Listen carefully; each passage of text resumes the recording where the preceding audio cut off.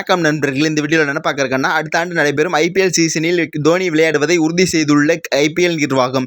CSK அணிக்காகவும் தோனிக்காகவும் புதிய விதிகளை கொண்டு வந்த ஐபிஎல் நிர்வாகம். அதை பற்றி தான் பார்க்கறோம். அதுக்கு முன்னாடி இந்த சேனலை சப்ஸ்கிரைப் பண்ணிக்கங்க. மறக்காமல் பக்கத்தில் இருக்க பெல் ஐக்கனை கிளிக் பண்ணி ஆல்ன்றதை செலக்ட் பண்ணுங்க. அப்போ தான் நான் போகிற இந்த வீடியோ வரும். வாங்க இந்த வீடியோவில் போய் முடிச்சா தெரிஞ்சுக்கலாம்.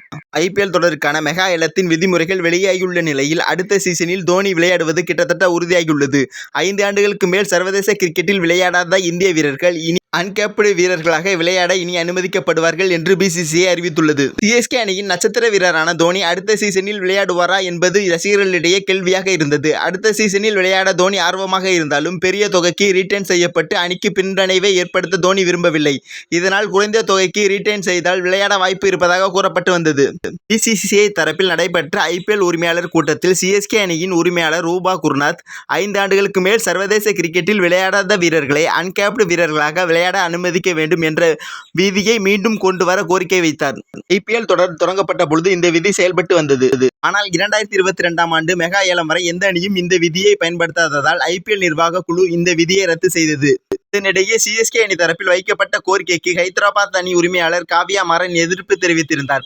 ஏனென்றால் தோனி போன்ற வீரர்கள் அன்கேப்டு வீரராக ரீட்டைன் செய்யப்படுவது சரியாக இருக்காது என்று அவர் கூறியிருந்தார். அவர்களின் அனுபவத்திற்கும் சாதனைகளுக்கும் உரிய மதிப்பளிக்க வேண்டும் என்று அவர் பேசியிருந்தார்.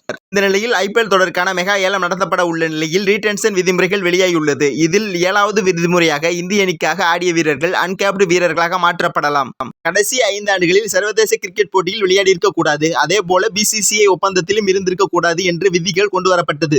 அதே போல இந்த விதிமுறைகள் இந்திய வீரர்களுக்கு மட்டுமே செல்லும் என்று தெரிவிக்கப்பட்டுள்ளது. இதனால் தோனியை சிஎஸ்கே அணியால் அன்கேப்டு வீரராக தக்க வைத்துக் கொள்ள முடியும். ஒவ்வொரு அணியும் 6 வீரர்களை தக்க வைத்துக் கொள்ளலாம் என்று பிசிசிஐ தெரிவித்திருக்கின்றது. இதில் ஒரு அன்கேப்டு வீரரை கட்டாயம் தக்க வைத்துக் கொள்ள வேண்டும் என்ற விதிமுறையும் கொண்டு வரப்பட்டுள்ளது.